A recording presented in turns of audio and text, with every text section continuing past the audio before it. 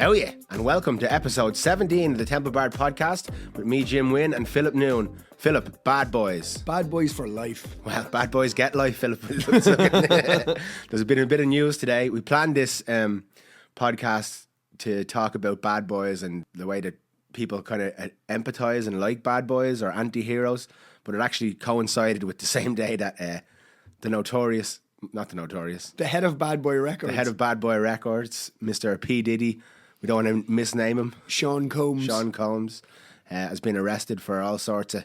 Bowledness. all sorts of bowledness. It's the legal term, I believe, yeah. As usual with these pop culture things, Philip's done the deep dive and I'm just going to react here. I wouldn't say there was too much of a deep dive to do. They've taken 1,000 bottles of baby oil out of his house. That's not a crime, Philip. Man likes to be shiny. The man likes to be slippery. You'd probably take more out of Hulk Hogan's house. That's very true. Or the Macho Man Randy Savage. But so they've taken 1,000 bottles of baby oil out of his house and the stories coming out are nuts. Yeah, I've heard, just on the periphery of these things. I try not to engage with these things because then you get inundated with it. But go on, tell us a bit of what you've heard. I've just heard about these marathon kind of sex parties that he was having where sex workers were ending up on IVs and Jimmy IV. crazy stuff. That's just one of the names I heard bandied about. There's always these rumours about these things in the Hollywood or with the big celebrities, but now it's looking like there wasn't any smoke without fire in this case. Yeah, well, I suppose I saw a couple of videos then in relation to it. One of them was Justin Bieber and another very well-known rapper. I can't remember your man's name. I think they were kind of dabbling at some white powder. I'm sure it was talcum powder. I'm sure it was. These videos are starting to leak out now. And just, mad celebrity behaviour on the surface. Well, it wouldn't be too surprising having a bit of white powder. No, that wouldn't be surprising, but just it's I think it's everything else that came out. So there was a journalist came out and he spoke about a party that he was at with Diddy in Paris in 2007. And he said that Diddy, or Puff Daddy, or Sean Combs, or whatever you want to call him, turned around and said that he had been having tantric sex with his partner Kim for 30 hours leading up to this party. And this guy said this party was wild. Like he said, there was magnums of Cristal flowing and they were lifting women off the dance floor across the barrier into the VIP areas so they could rub their feet on the side of Diddy's face and loads of mad stuff. Jesus. The trappings of excess. Get that. Just sitting up on the stage, you go, which winks at that one. I like the cut of her feet. But that's it, At what point in all them, at what point does everything get so mad that you're just I just want people to rub their feet in my face? You've explored every avenue. You've exhausted everything. Yeah, that's what they say. That's how serial killers work. They start off as a kind of peeping toms. They have fantasies, and then in a lot of cases, people never act on them. But in the case of serial killers, the compulsion becomes so much that they end up acting on it. So it's the same. They say that some people have this leaning towards always looking for always trying to grab it comes back to ego, I'd say. Always trying to grab the next biggest thing. It could be going for a bigger car, bigger yacht, nicer t-shirt, better runners, but it can go all the way to doing the more perfect murder or fulfilling your fantasies. Right. So it's kind of this, it comes from the same place, but obviously it's magnified in a huge way. Well, that's actually, it's funny you say that because we were going to call it, we were saying about bad boys and about the anti-hero. But Christian Bale in American Psycho was the anti-hero for a lot of young guys in finance. Really, they could resonate with him. A lot of them could identify with, not with the serial killing element. But the caricatureness of it. Yeah, just the caricatureness and that mundane kind of run into what Keeping up Patrick with the Joneses. Bale was. Yeah. Keeping up with the Joneses and how it kind of escalates to this crazy level. But it's the same. People can resonate with everyone. That's the thing. I think it's when you stop and think about it, people to do any actions, if you sit with it and just think of, you can find that emotion in you and you can see that it's just, for most people, So when someone does horrific, it's an emotion that we all have, but we don't follow it down so far as to commit such a horrific act. But for anything, any act or anything that someone does, you can actually, if you sit and think about it, you can see how that act, you can have that feeling and you never acted on it, or not even, you've never even had the thought, but you can see how a set of thoughts, if you grab onto it and latch onto it, it can escalate up to that level. Well, I don't, like, some people pull out in front of me in traffic and I'm thinking, like, I'm going to follow you home and bury you in your Yeah, car. exactly. Yeah, you have that for a split second, and then another thing I've noticed a lot. Yeah, split second, yeah. A split second. He says outside his house. I should probably turn and go home. Yeah. We're actually recording this podcast from outside someone's house. I cut Philip off on the way here today. But then you do it sometimes as well. You know, I noticed I get really mad at, you know, when you're on the dual carriageway and you're in the left lane and there's another ramp coming on and people don't change lanes. Like I go mad. Like in my head, I'm like, why would you not? What do it? And yesterday I was driving around all day, and I was in the left lane, and then I noticed I just started speeding up for no reason, and I noticed there was someone coming in off a thing. So I was the person that I was always mad at, and like we all do that. There's things that we don't notice subconsciously, or just because you don't know what's happening with someone's day. We always take it as they're doing that exactly just to annoy me. Exactly. This is a conversation I've been having a lot recently, right? And it's people don't care. Do you know what I mean? Like in general, like we go around thinking, you know, this person's probably, nobody's thinking about you. Yeah. Do you know what I mean? Right? Like people have so much going on in their own head that when you think, you know, they've done something to pay, they don't care. They're not thinking about you. They're just, everybody's got their own thing. So when you're up in your own head about a lot of things, people don't give a fuck. You know, people don't care. I would say it's not that people don't give a fuck. I'd say it's that people are too invested in their own fear. I think we talked about this before on, like, when we talked about the fear from drinking, where you think about all the things you said, but no one ever brings it up because everyone's already thinking about all the things they said. Yeah. But this is a thing that I always talk to with my teenage daughter, who, you know, for teenage girls, we talked about it's a lot of anxiety or thinking people think this about me, that about me. But people don't think about you. They're thinking about themselves. Not even in a selfish way. They're just worried about how they're perceived by other people. The only time people are thinking about you is when you do something fucking outrageous. Yeah. That they can actually deflect from themselves. Yeah, and when you do something outrageous, they want to pile on you, so they can show exactly that they don't have that part in themselves. Exactly. But really, there's a Ted Bundy in us all, Phil. There's a Ted Bundy and a Mother Teresa in us all. We're both the light side and the dark side dancing beautifully through infinity. And have you seen American Psycho? Oh, I have, yeah. Oh, what a film. Fucking great film. What a film. Great film.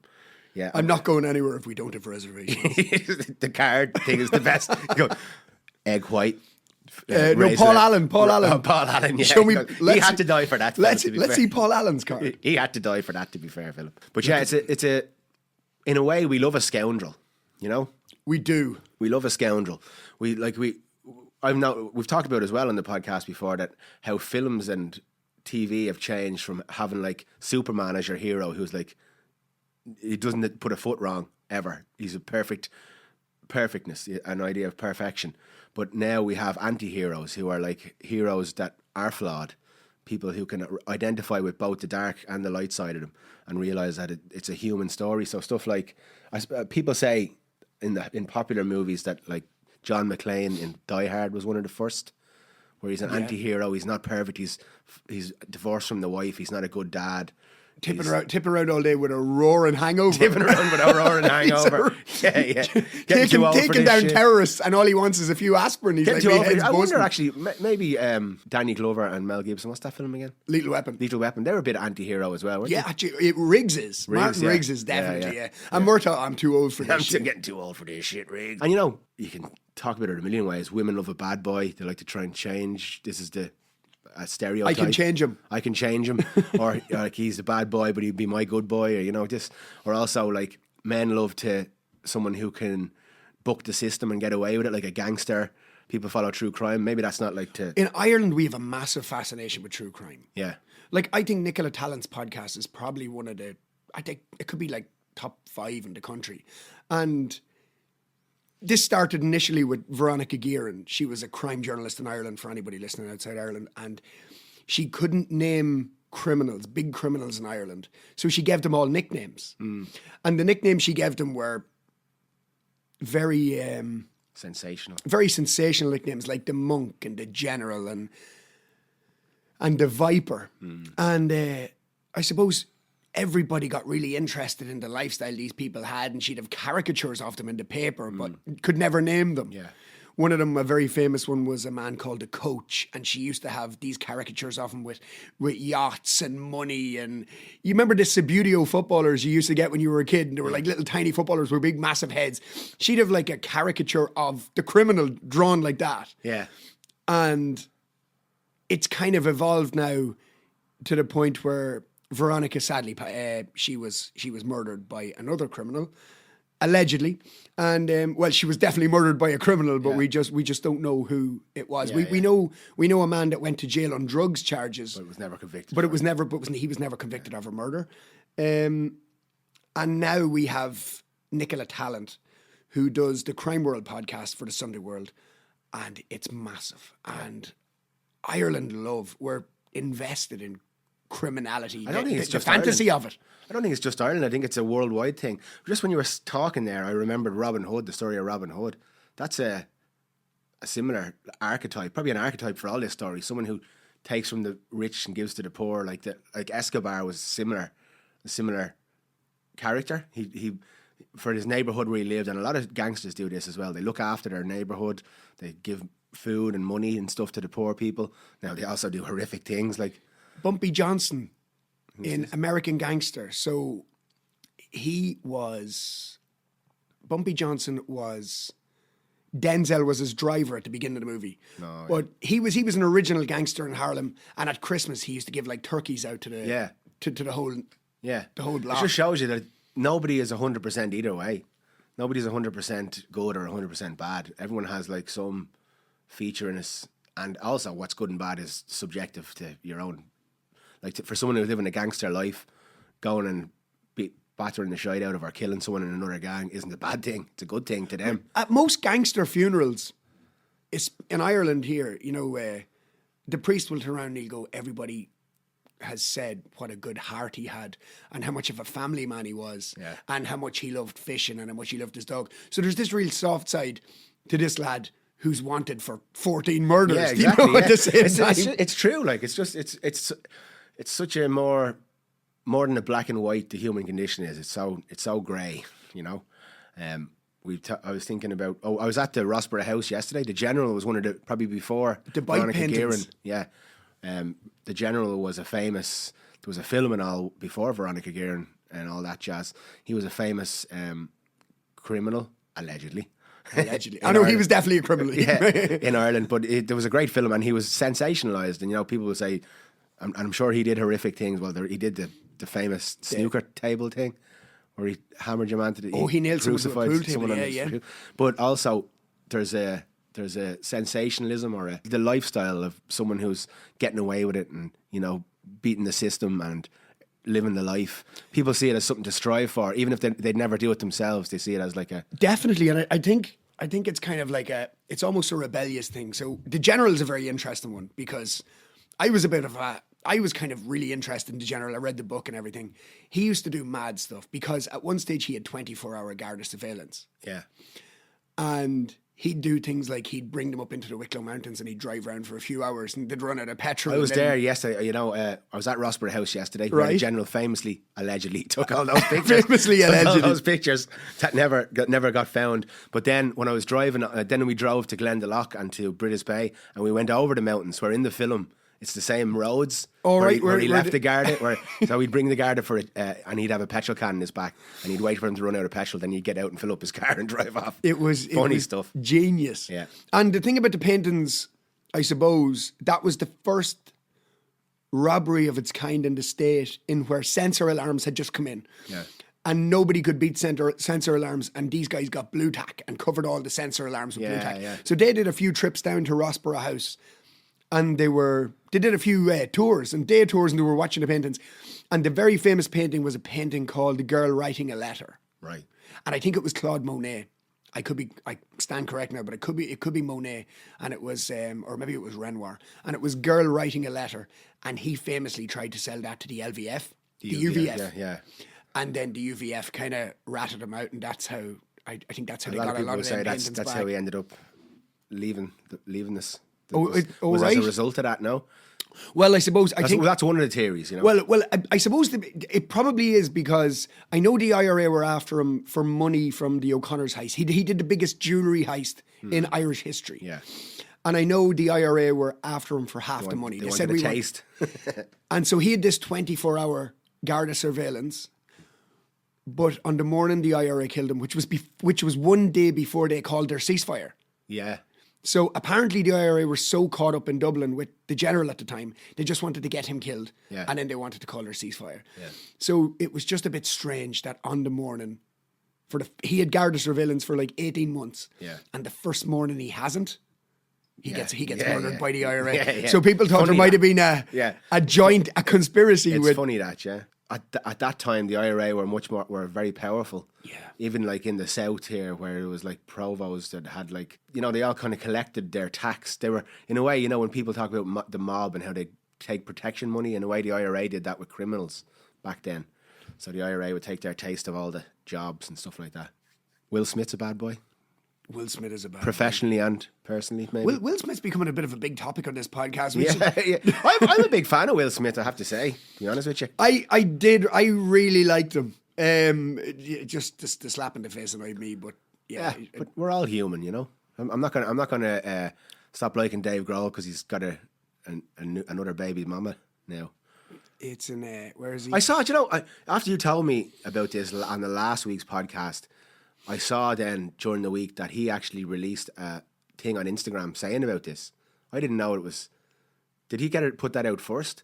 Because He probably just wanted to get ahead of it. imagine, like, in what life do you feel like you have to tell the world about your personal life? I mean, I'm sure that's why he felt he had to do it, but why is it anyone's business? I don't. To me, I No, would, it's and it doesn't- to me, I have no fascination in it really. It's nobody's business, but I suppose when you have that level of celebrity, a lot of people just want to get ahead of it. Like, did you see Arnold Schwarzenegger's? Did we speak about this last week? About Exactly Arnold? what I was- yeah. It's when that happens, I suppose people are always there's always some fascination with it and the world. In terms of anti-heroes in general, so I suppose, look, we have the Christian Bale was the extreme of that in American Psycho, but Gordon Gekko, Michael Douglas in Wall Street, he was the first anti-hero in terms of, he was that, we look towards that lifestyle of that Wall Street, that, Made excess acceptable, like in a capitalistic way. That greed is good, kind of. greed is good. I think that was wasn't that the slogan? Wasn't that the tagline of the movie? Yeah, greed is good. It was the yuppie era of New York Stock Exchange, and people were and Christian Bale's character was a caricature of that.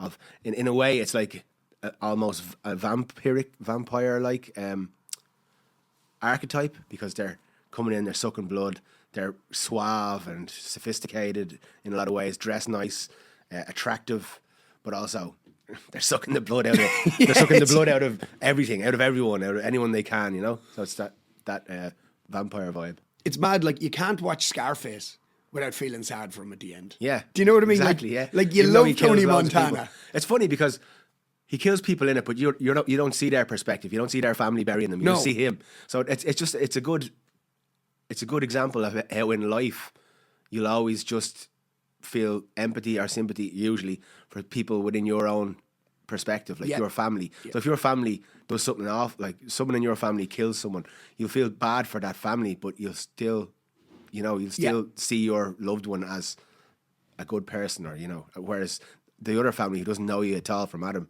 might see you as evil for protecting them, or whereas if the shoe was on the other foot, everyone would be the same in a lot of ways. Well, most people anyway. Tony Montana. Tony Montana. What a hero. But that was the first kind of South American gangster film, and now it's Now Netflix just do them all. They do Narcos and Yeah. they do. It just goes to show you, if you look at Netflix now, it shows you the human psyche more than anything else, in that every second Netflix production now is true crime or serial killing or Yeah. Homicide LA Yeah. or Dexter. Dahmer or Dexter. yeah. You know, like, It's a fascination with it. And it was before that, it was vampires and werewolves. Oh yeah, Twilight and the Vampire Diaries era. Yeah, yeah. Yeah, because I believe that these are all archetypes, you know, that from our stories, like Robin Hood is, or like Adam and Eve, like these are all archetypal stories. Romeo and Juliet, these are all stories that you can find the essence of in every other story after it. You know what I mean? So it becomes like as a duality, like say the male and female energy, I would call it. It's not like male energy doesn't mean a man, or female energy doesn't mean a woman. We're both mixture. We're all mixtures of it. But the female energy is searching for unconditional love. The male energy is searching for wisdom, and we're all a mixture of both. And as that's a duality that comes together. So it starts off as oneness, splits into these two dualities: the search for unconditional love, the search for wisdom. Then that splits into more dualities: good and evil, man and woman. Whatever dualities you want to have, like happy, sad, emotions, endless dualities. But they all flow from a point, like an archetypal story. So we have these every time Jim says archetypal, you have to drink today. That's what we're gonna do. It's archetypal. I don't know a better way to say it. Like it's a like a source story, let's call it. But it's archetypal, Philip. No. Keep throwing it in. That's good. Yeah. Just. But yeah, so if you're doing it with your coffee, do it with your coffee, and you will be buzzing in about 10 minutes time. This is the earliest we've recorded the Temple Bar podcast. This is the first time we've done it in the morning. Yeah, because I'm never up in the morning. Yeah, Philip's never up in the morning. I'm often up in the morning, but or else you miss Philip's window. Philip gets up in the morning, he has to do a few bits, and then goes back to bed. Sometimes you get him in the morning if you're lucky, but today he had his coffee and he's bright-eyed and bushy-tailed. But it's funny how we talked about the episode as in like anti-heroes, and seeing how we do love a scoundrel or a knave or someone who gets away with things, and then Philip says we should call it bad boys, and then we realised that today's the day that Puff Daddy. Oh, not just him. Muhammad Al Fayed. Okay. Dodi's father. Yeah. This morning was lifted for stuff between 1984 and something. He was really bad apparently. Yeah. It's gonna be really bad. I just heard it on the radio there on the way in. Apparently he was. And him throwing stones at the Royals. Remember about that? Oh yeah. Yeah. So you'd wonder. Like there's another thing, we just speculate about all these things, and it always comes back to we don't really know what someone's intention is. Or why they're doing what they do, or even if it's true, all the rumours we hear. Do you think people get to a point of mega wealth and everything else just starts to bore them? Yeah. And then that's what it is. You know, it's the natural progression onto Bohemian Grove and Epstein Island and all these. Yeah, I believe so, yeah. I believe that, don't they say that people who earn 70 grand a year are the happiest people in the world because they don't have money problems, they don't have too much money. They've got just that, they're the people who are the happiest, people who earn that. And it's balanced, like. Because in the chakra or the energy center system, the red ray or bottom chakra is to do with survival. So if you've got a blockage there, it can manifest. Your root chakra. Your root chakra. Yeah. So if you've got a blockage there, it'll manifest as either being starving and not being able to make money, or being a billionaire and having too much money and always being greedy. Right. It's both the same, comes from the same place, and it splits dually into two different ways. So it's like it comes from the same place. So things that we think of as completely opposite are actually from the same source. Or chakras are very interesting. They are very chakras interesting. are something that really interests me. I'm very hoarse. I'm always hoarse, but then I sing like 27 times a month or something. You know what I mean? Philip is fucking non-stop. When I first met him, he was doing 7 days a week in Cyprus, 3-hour gigs. So no, when you first met me, I was starting in April. We'd open around like the end of April, and I'd do like, I think, because I wouldn't take one night off. No, I'd do like 230 nights in a row. Fucking hell. So I sound like Marge Simpson all the time. Just for a bit of comparison, I did 2 months of this and basically collapsed my whole body for fucking 7 or 8 years. So yeah, so just to tell you, that's how fucking much it is. But the chakras, go on, you were saying. So chakras, yeah. So what's this chakra in your throat? What's your throat chakra? Your throat chakra. Yeah. So I was doing lots of meditations on trying to free that up and everything. But you know, you can do as many as you want. But if you're still going to go and sing for 2 hours or 2.5 hours every night after that. Yeah. I used to do that as well, especially when had problems with my voice. I used to do meditations on the throat chakra and all. But now I'm more of it's not about focusing on one. You can focus on one at a time, but it's more about lining them, balancing them. No one's going to have them all perfectly opened, as they say.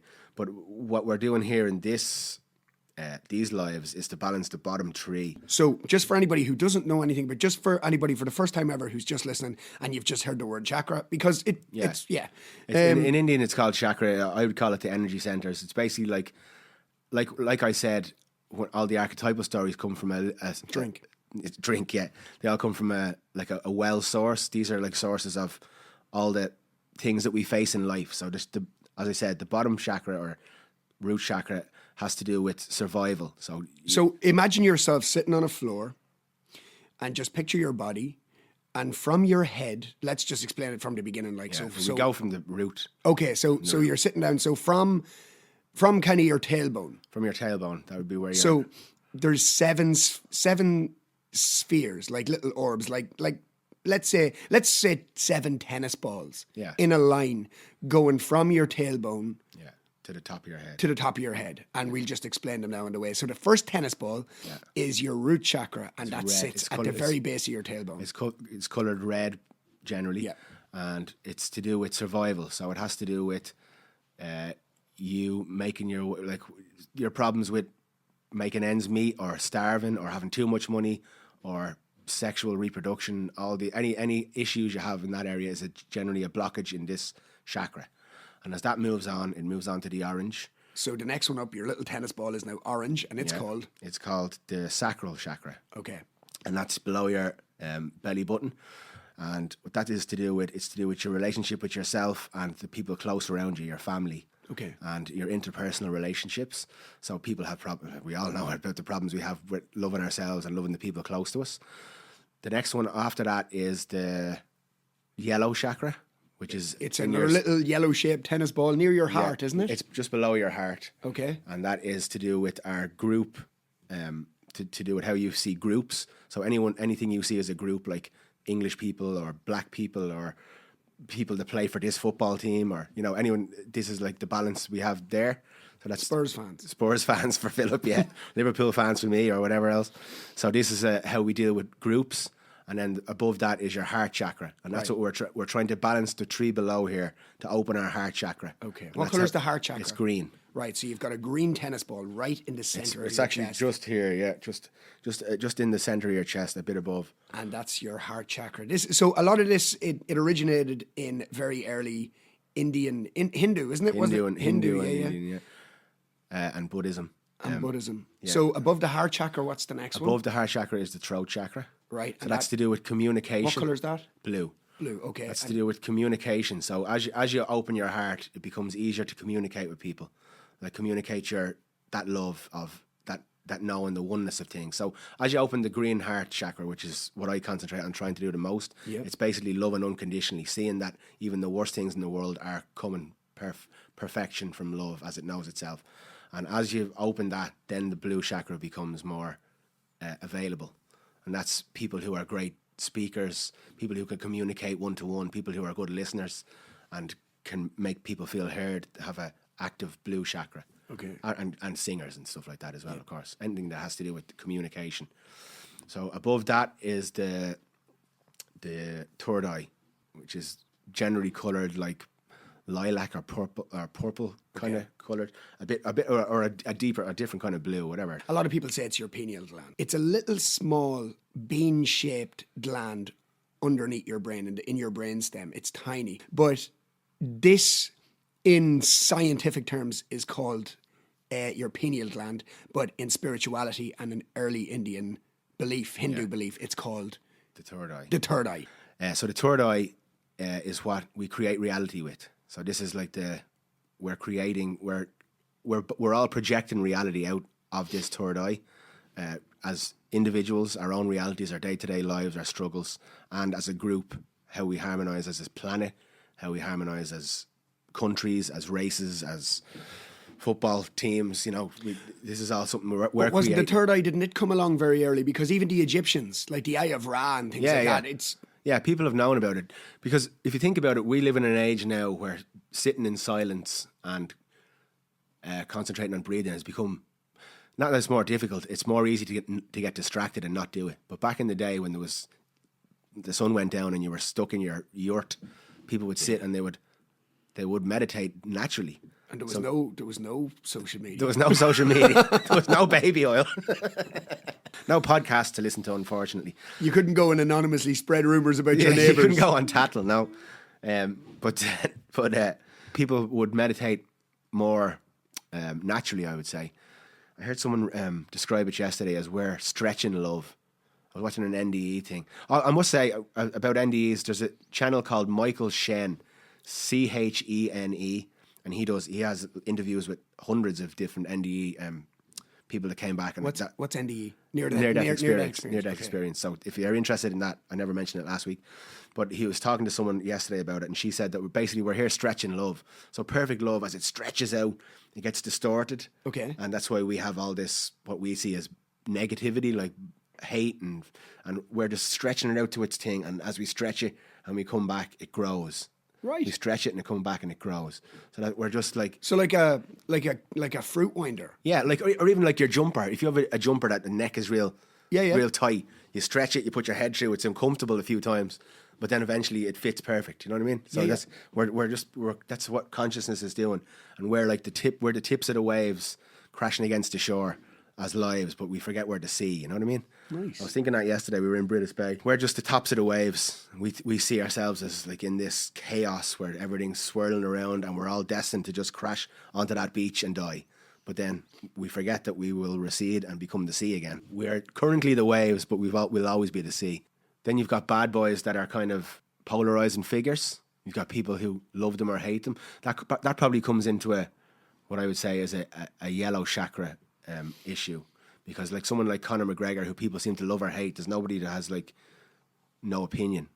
What about bad girls? Do we have an anti-hero woman? I know maybe Harley Quinn. Yeah, Like I know she's the Mary Magdalene.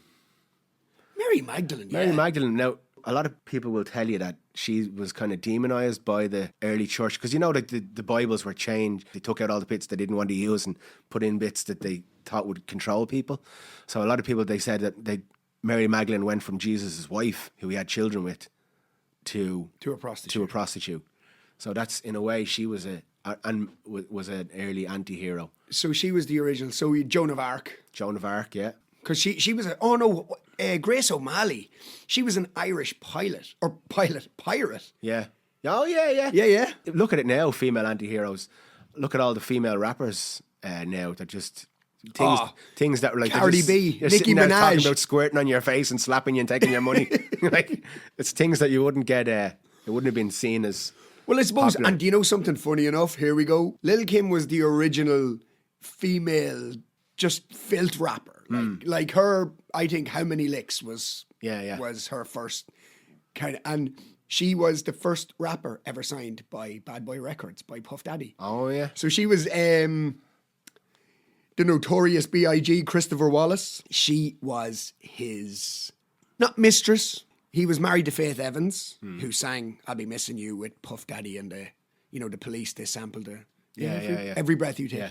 He has to pay him $5,000 a month or a week or a day. I heard. Who does? Puff P. Diddy has to pay Sting.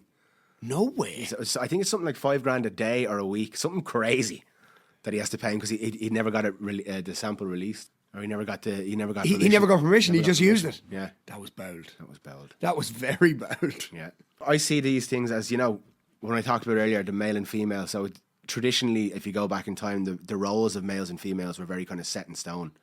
There was males did male things, females did female things, and we've got to a point now where the dualities are collapsing. Have yourself a drink. So now there's dads who stay at home and look after kids. There's females who go out and do the work in the workplace. Female sports becoming more popular. Fighting, combat sports, females do more of. Men talk about their feelings more. All these things are like the dualities collapsing, Yeah. So Drink again. And keep drinking. And why not keep drinking? The Temple Bar drinking game. The Temple Bar drinking game, and I'm surprised if you survived all these duality talks so far. You'll need a new liver. That would be a red ray chakra problem. If you're drinking too much and stuff, that's a survival thing. I think everybody kind of came across chakras over COVID at some stage in one way or another, because everybody had that, everybody was like, what's happening, where do we go type of thing. Yeah. But I've always found chakras very interesting. Like just... Even when I meditate, I'm not very good at visualizing things. I don't people will tell you that they visualize their chakras and like a turning open in flower kind of thing. I'm never good at visualizing them. I get more like it feels like waves coming through me, more like a physical feeling. But I definitely try and focus on the areas, and as I do it, it's like my thoughts turn to how I'm dealing with these different areas and what ways I can improve in it. It's not even trying to improve in it. You kind of have to not judge yourself. This fella's book I'm reading, I'm still only halfway through it. Robert Sheehan, he gives lots of great practical tips about meditation, and I've started using the mantras now. Just the last couple of weeks, just when your thoughts fade away. Because for me, it's not too hard to see that I'm thinking. My problem is often with not judging myself for thinking. So I'm like, fucking, I can't, like, I'm frustrating myself because I keep following these rabbit holes down my thoughts. Oh, but listen, if I sat down, right? If I sat down to meditate, now listen, I have ADHD, but if I sat down to meditate, I'd be like, right, I'm going to sit here, right, I'm going to focus. Green chakra. It's like a green tennis ball. Who's a good tennis player? Yeah. Andre Agassi. Yeah. Peter Andre. Yeah. No, this is I swear to God, this is how it would go. Andre Agassi, Peter Andre, great song, Mysterious Girl. How long did that stay at number one? Was that the longest number one? No, Bryan Adams was the longest number one. Okay, how long did that stay at number one? And then I go Google, how long did Everything I Do It For You stay at number one? 56 weeks in 1994. That's and then I'm like, where does the meditation come in? Yeah, that's the thing is, it doesn't matter if you go down a little rabbit hole or a huge rabbit hole. The way to do it is just keep bringing yourself back gently. So you notice that you're doing it and you go, okay, and you bring it back gently. And I've started doing this mantra thing now where it's just a load of vowels. You come up with it yourself, whatever it is. And to me, it's helped a little bit with kind of not judging myself. I find judging myself for going down the rabbit holes is more of a problem than going down the rabbit holes for me personally in my own meditating practices. And I have ADD as well, or at least I was told I do. I'm not sure I actually do. Especially at night time when I'm trying to sleep, my thoughts go fucking wild. Oh man! So I just kind of bring myself back. I do a bit of gratitude things, thank the universe for the good and bad things of the day, kind of thing, and just come back to the breathing.